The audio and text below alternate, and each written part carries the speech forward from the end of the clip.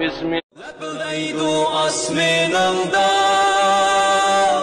göz çaplayıp şu günü, ay yıldızlık gök bayrağım, ey anam akan, ay yıldızlık gök bayrağım, Şerqi Türkistan. Kurtuluş yoluna suday kalktı gözümün kanımız. Sen için ey yurtımız, olsun feda bu canımız. Kan için hem canımız, ağır kurtulmadan seni. Kurtuluşta kalbimizde manevi imanımız. Atalardan canları ölçmeydi o tarih bitirdim.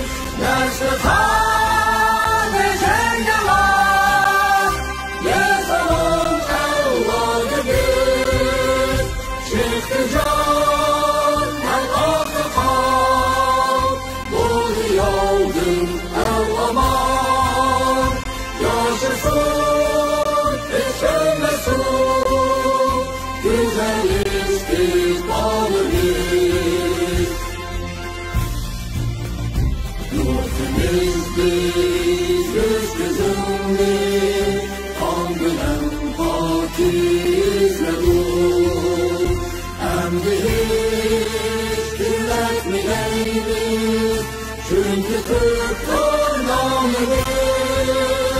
Yar-ı hemden budu ismi, minnetimiz sen için.